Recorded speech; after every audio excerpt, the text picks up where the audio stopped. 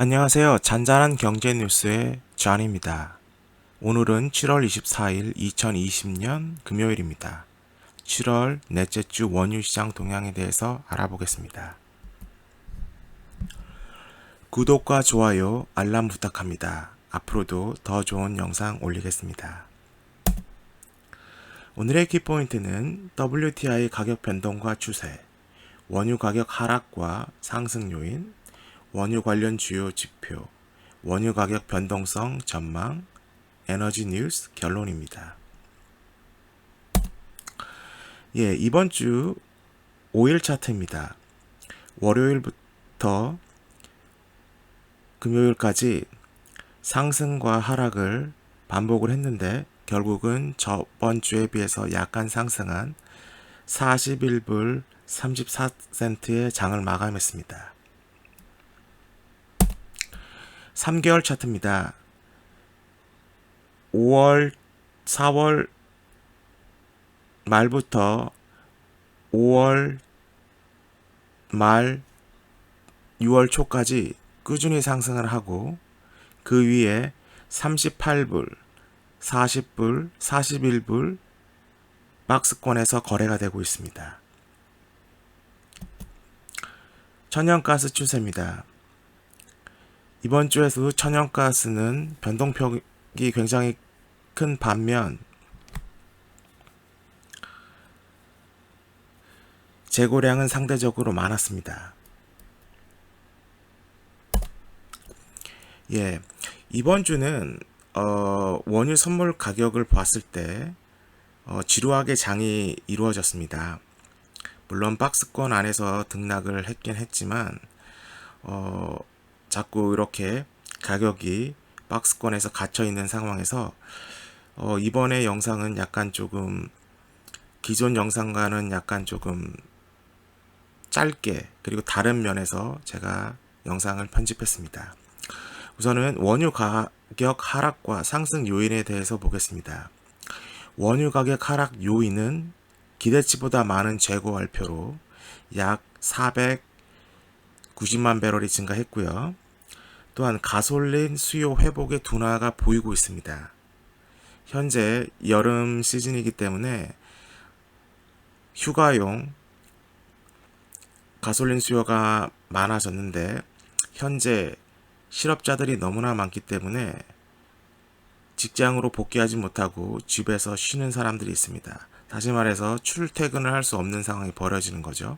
그리고 여름이 지나가면 가솔린 수요의 급 상승도 둔화될 걸로 예상되고 있습니다. 중국과 무역 마찰 그리고 신규 부양책에 대한 지원이 미뤄지고 있기 때문입니다. 원유 가격이 상승을 하려면 중국과 미국 간의 관계가 좋아야 됩니다. 그래야지 수출이 많이 늘고 그리고 원유 수요량이 많이 늘기 때문입니다. 또한 미국은 코로나 자가격리를 해제한 뒤에 실업률이 상승하고 그리고 생각보다 많이 실업수당을 신청하는 사람이 줄지 않기 때문에 이번 달 말에 완료가 되는 주당 특별 실업수당이 연장되기를 바라고 있습니다.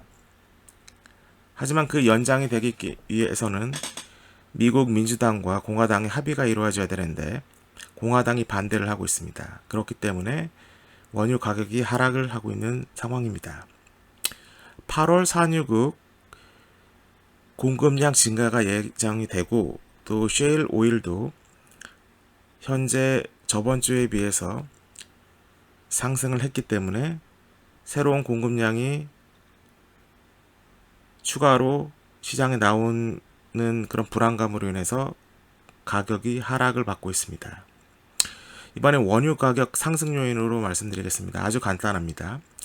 코로나 백신에 대한 개발 기대감, 이건 증명이 되지 않고 거의 뭐 투기에 가까운 상황이고요. 유럽과 미국 일부 경제 지표가 상승이 됐습니다. 그동안 3개월, 많게는 4개월 동안 정상적인 경제 활동이 되어지 않았기 때문에 지표가 좋을 수밖에 없는 거고요.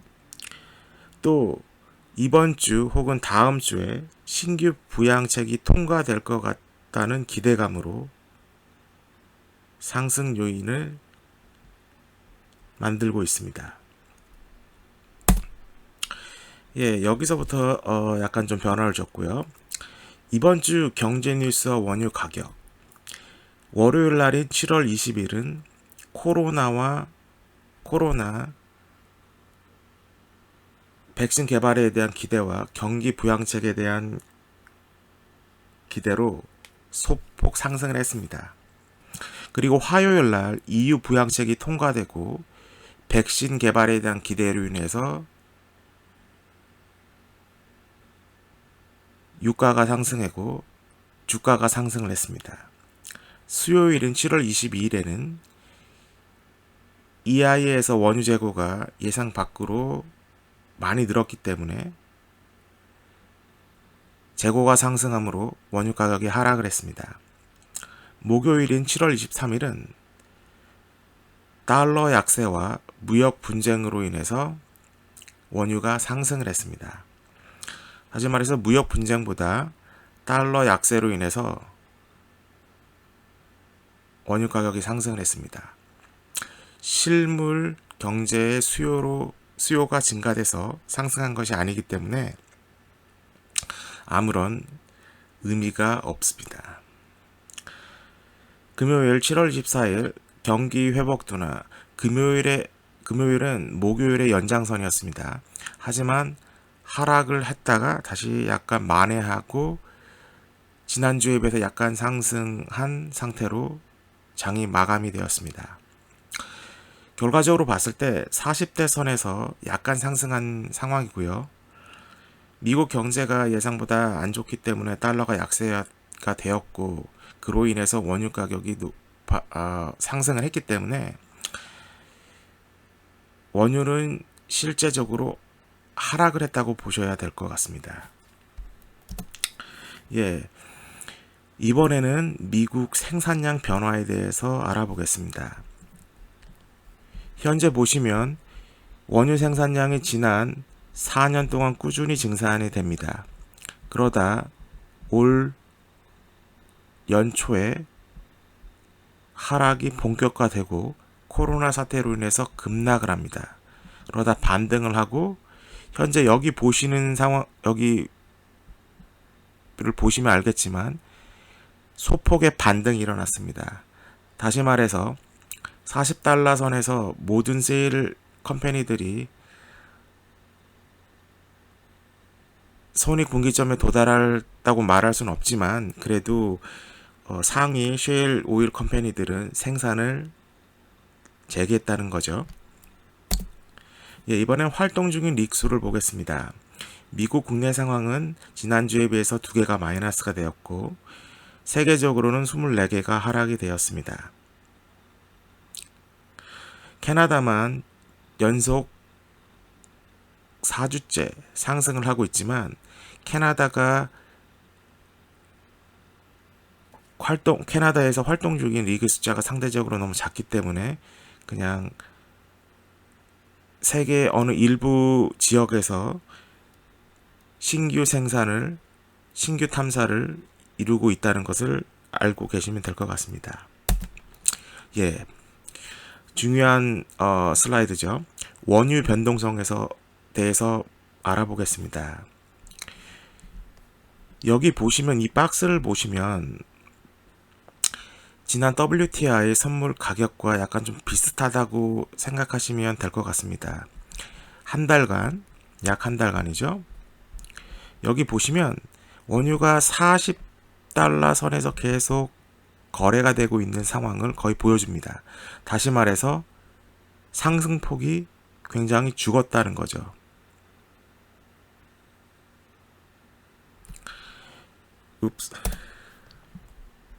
다시 말해서 브렌트와 WTI의 그 가격 차이도 줄어들고 변동평도 줄어들었기 때문에 이렇게 해석을 하시면 될 것 같습니다. 오펙 산유국과 플러스가 셰일 오일을 고사시키기 위해서 원유 가격을 임의적으로 40불 선에서 유지하고 있다고 보시면 될 것 같습니다. 현재 원유 가격은 생산과 공급과 거의 맞지 않고 임의적으로 조정을 한다는 그런 뉘앙스를 많이 받아왔는데, 제 생각이긴 하지만 40대 초반, 40대 선을 유지할 것 같습니다. 물론 달러가 약세가 되는 상황에서 가격이 더 오를 수도 있지만 그거는 의미 있는 가격 상승이 될 수가 없습니다. 예, 이번에 에너지 뉴스입니다. 쉐브론이 노블 에너지를 인수했습니다. 인수 가격은 주식 50억 불을 주고 인수를 합니다. 또한 총 부채 80억 불까지 합쳐서 총 금액은 130억 불입니다. 지난 영상을 보신 분들은 아시겠지만 영상 마지막 부분에 지중해 해안의 사진을 제가 넣었습니다. 쉐브론은 이번 노블 에너지 인수로 인해서 이스라엘이 개발 중인 천연가스 전을 확보하게 되었고, 그 확보된 가스전에서 이집트와 이스라엘에 장기적으로 공급할 수 있는 비즈니스도 인수를 했습니다. 쉐브론이 노블 에너지를 인수한 부분에 대해서는 영상을 현재 만들고 있으니 조금만 더 기다려 주신다면 영상을 시청하실 수 있습니다. 총 2020년 상반기에 44개 회사가 파산을 신청했습니다. 총 부채는 550억 불이죠. 이러한 상황은 현재 원유 가격이 40불에서 형성이 되고 있는데, 이 40불은 현재 많은 셰일 회사들이 파산할 수밖에 없는 그런 가격대입니다. 최소한 60불 정도는 돼야 셰일 회사들이 어느 정도 운영이 가능하는데, 현재 엄청나게 많은 부채와 그리고 싼 유가 가격으로 인해서 이중고를 앓고 있습니다. 또한 셰일 오일 회사 특성상 꾸준히 시추를 해야 하고 탐사를 해야 하기 때문에 릭 회사를 많이 이용을 해야죠. 새로운 신규 탐사를 해야 하기 때문에. 근데 현재 자금 운영이 흐름이 원활하지 못하기 때문에 드릴을 할 수 없는 겁니다. 결국은 앞으로 경기가 반등이 되더라 해도 팔 원유의 숫자가 급격히 준다는 거죠. 지난 2월에 미국은 1일 1,300만 배럴을 생산했습니다. 그리고 현재는 약 1,100만 배럴을 생산하고 있죠. 그때나 지금이나 공급 과잉은 마찬가지인 상황입니다. 이제 허리케인 시즌이 본격적으로 시작이 되었는데, 허리케인 헤나가 이번 주말 토요일 남부 텍사스에 상륙할 예상입니다. 이 허리케인 헤나가 얼마나 많은 강우량을 가지고 유전지대에 타격을 줄지 아직 확실치 않습니다. 결론입니다. 원유 선물 가격 5월 말 이후 꾸준히 상승해서 40불대 박스권을 이루고 있습니다. 상승보단 하락이 더 가능성 있는 상황이고요. 지난주와 똑같이 원유 가격이 상승한 것은 미국 달러의 약세로 인해서 일시적인 상태이고, 달러 약세가 지속되어서 원유 가격이 상승한다 하더라도 의미 있는 상승이라고 볼 수 없습니다. 시추 시설이 20주 연속 감소가 되고 있습니다. 시추 시설인 릭을 말하는 거죠. 캐나다에선 전주에 비해서 10개가 증가됐고 퍼센티지로 따지면 34%입니다. 7월 이후 캐나다 경우는 계속 증가하고 있습니다. 원유 수요는 원유 공급량에 한참 밑돌고 있는데 원유 가격이 상승할 상황이 아니죠. 또는 생산이 감소되어도 재고량이 정체된 상황이기 때문에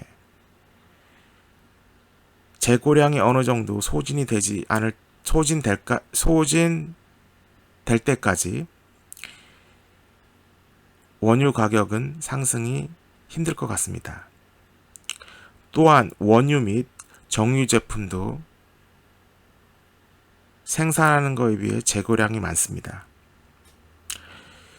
2차 코비드-19 사태로 인해서 수요 감소가 이루어지고 있고 앞으로도 더 지속될 예상입니다.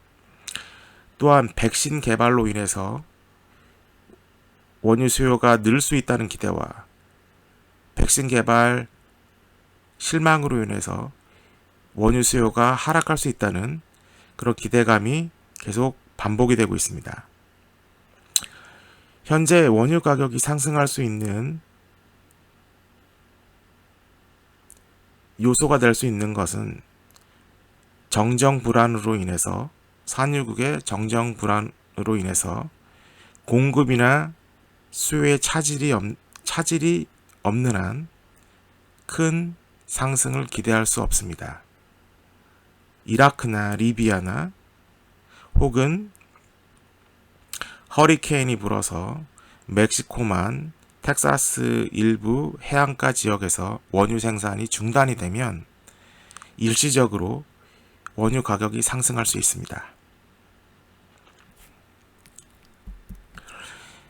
이번 영상이 도움이 되시고 유익하셨다면 좋아요와 구독, 알람 꼭 신청해 주십시오. 제가 채널을 운영하는 데 큰 도움이 됩니다. 감사합니다.